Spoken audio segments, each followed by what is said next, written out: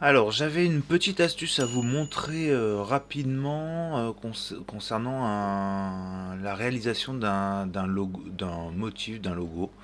Je vous montre ce logo, il est relativement simple. Je vous le montre. Regardez, super simple. D'accord. Sauf que j'aimerais bien le faire tout en bourdon ou satin, toutes ces parties-là. Donc, je comme d'habitude, ça se passe d'abord dans Inkscape. Donc, hop, je le prends, je le mets à l'intérieur. Voilà. Et j'ai mon motif, enfin j'ai mon image qui est ici. Première étape, comme d'habitude, on le vectorise. Il est pas mal, bah, tout est noir donc c'est facile à vectoriser. Sauf que j'ai vu qu'il y avait une partie là-haut qu'il faut supprimer, donc on va dans mode édition, on supprime tous les nœuds de la partie supérieure, on supprime, ok, donc ça c'est la première étape.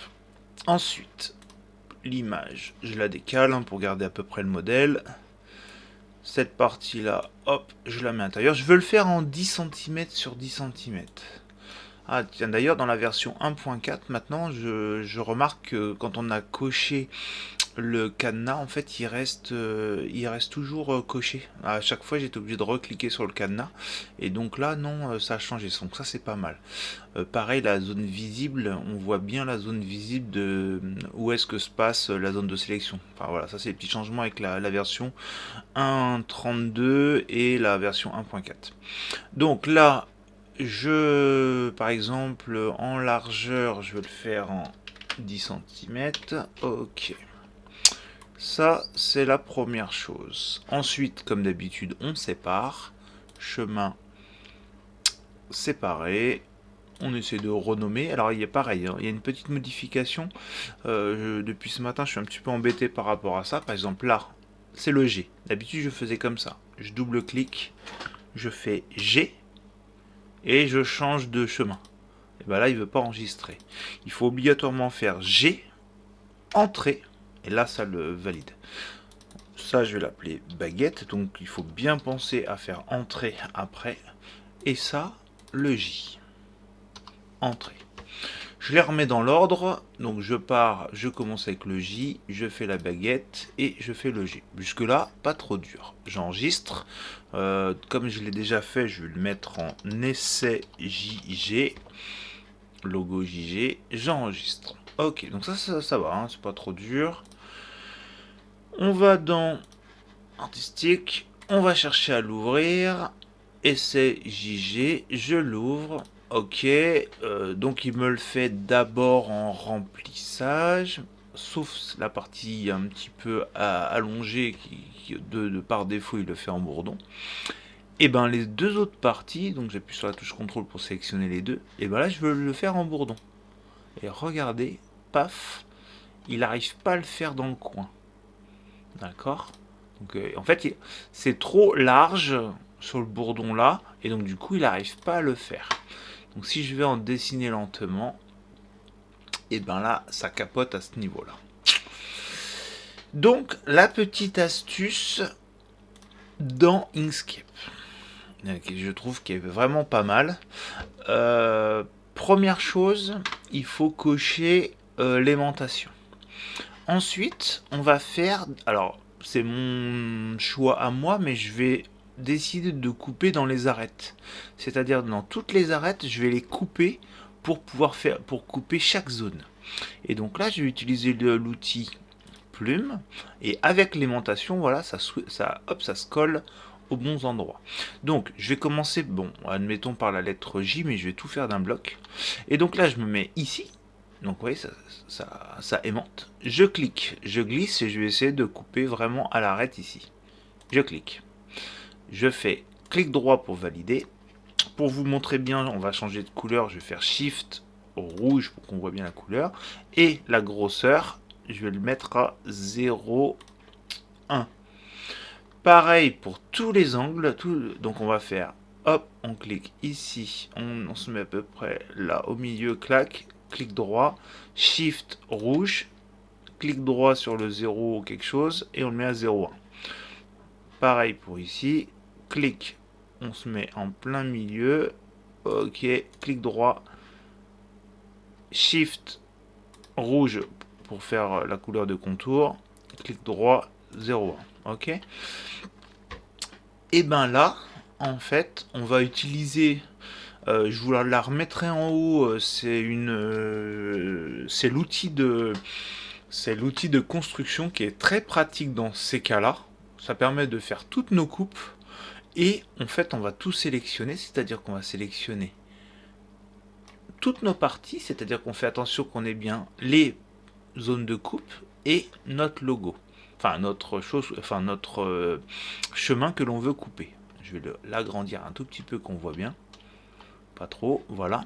Et donc là on va utiliser notre outil de construction de forme qui est génial dans ce cas-là. Et donc là on va cliquer dessus. Et en fait, par rapport aux zones, voilà, il m'a déjà pré-coupé. Sauf que là en fait il faut juste qu'on clique sur les zones pour les mettre une par une. Donc là c'est super, c'est-à-dire, alors, soit on clique chaque zone indépendamment et du coup ça va me faire des chemins indépendants, c'est exactement ce que je veux. Ou sinon, je reste appuyé sur la touche contrôle et je glisse, d'accord, et ça me fait les chemins complets, d'accord.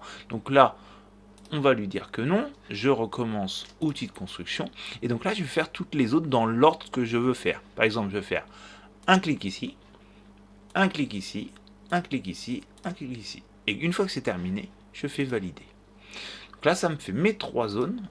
Ah, il ne nous a pas mis dans le bon ordre, c'est pas grave. On va mettre d'abord le haut, ensuite la barre, ensuite le bas, et voilà, et on termine par celui-là. Et tout ça, si on veut mieux le repérer, on fait CTRL-G, on clique et on fait J pour que ça fasse notre première lettre, et Entrée. On va faire pareil pour le G, parce que c'était plutôt le G qui me posait problème. Donc, on clique, on part en travers, on essaye de bien couper en deux, clic droit, Shift, couleur pour le changer de couleur, clic droit sur le numéro, sur l'épaisseur, et voilà. Pareil ici, alors dans l'ordre que l'on veut, hein. Voilà, clic droit, Shift, couleur, clic droit, 0,1. Voilà, pareil pour ici, clic droit, Shift rouge, clic droit, 0,1. Et la dernière, clic droit, Shift rouge, clic droit, 0,1. J'ai toutes mes formes. Ah, déjà bêtise, il me les a mis. Parce que j'étais cliqué dans la case J. Donc là, hop, je vais le prendre. Je vais le mettre par exemple au-dessus. Par exemple, voilà. Donc le J, hop, hop, hop. J baguette et le G. Et donc là, je sélectionne toutes mes formes et mes coupes. Pareil, outil de construction.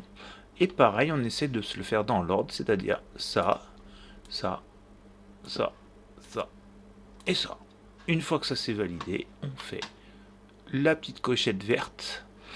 On regarde s'ils sont bien dans l'ordre. Bah, bien sûr, il ne les a pas mis dans l'ordre. Voilà, voilà, en fait, hop, je vais les sélectionner comme ça pour les inverser. Et voilà. Donc ça va commencer par le haut. Hop, la barre du haut, la barre qui descend, et voilà, pour le faire dans l'ordre. Et on va finir, et ben voilà, c'est fait, on fera la baguette, etc. Donc ces formes-là, CTRL G, je vais l'appeler G, Entrée. Ce qui est bizarre, ça c'est un bug, parce que... Ah oui, d'accord. Il me les a gardés là. Donc ceux-là, je vais les supprimer. Voilà.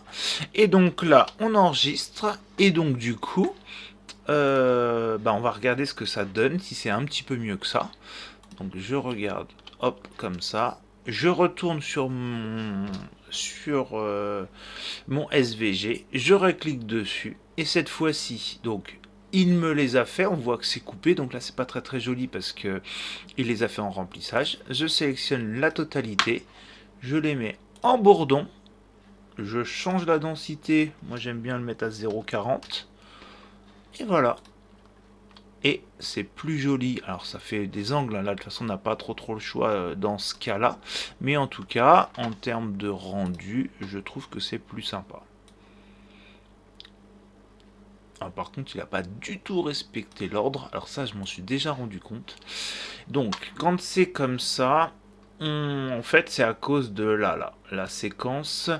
Euh, Là, comme il est en séquence automatique, même s'il a un ordre précis ici, par exemple, on lui dit il commence là-haut, il fait là, il fait là, il fait là, et ben dans le dessiner lentement, il fait ce qu'il veut. Il commence pas. Alors là où il le fait, ah bah là il l'a refait. Donc en fait, rien que le fait de cliquer dans automatique ou manuel, alors je regarde une fois. Ok. Voilà. Donc là, tac. Donc là, pareil, il me fait n'importe quoi, d'accord. Il me fait n'importe quoi. Et quand je vais cliquer ici dans séquence auto, et ben là il me le remet dans le bon endroit, dans l'ordre. Ouais, des fois ce logiciel-là, des fois on comprend pas tout, mais donc du coup, moi j'ai trouvé la technique, c'est-à-dire qu'on sélectionne tout, CTRL A, je sélectionne tout, et ici là dans séquence auto, dans séquence à place de mettre en auto, je mets au début, c'est-à-dire que là, peu importe si on revient sur la normale, il va me le faire dans l'ordre. Ah, même pas. Il a même pas voulu me le faire dans l'ordre. Alors là, c'est à vérifier. Je vais le mettre en séquence auto. Voilà, là, il me le fait dans l'ordre. Et donc, bah, ce qu'on va faire, c'est qu'on va l'enregistrer. En enregistrant, ça va l'enregistrer de la bonne façon, dans le bon ordre. Donc voilà pour ce petit tuto, c'était principalement pour l'outil construction ici, mais j'ai déjà fait une vidéo là-dessus. En tout cas, pour le coup, ça fait vraiment, enfin c'est ultra rapide, on aurait dû le couper, il aurait fallu le faire un par un, mais cet outil construction il est vraiment génial. Voilà, c'est tout pour aujourd'hui, je vous dis à bientôt, au revoir.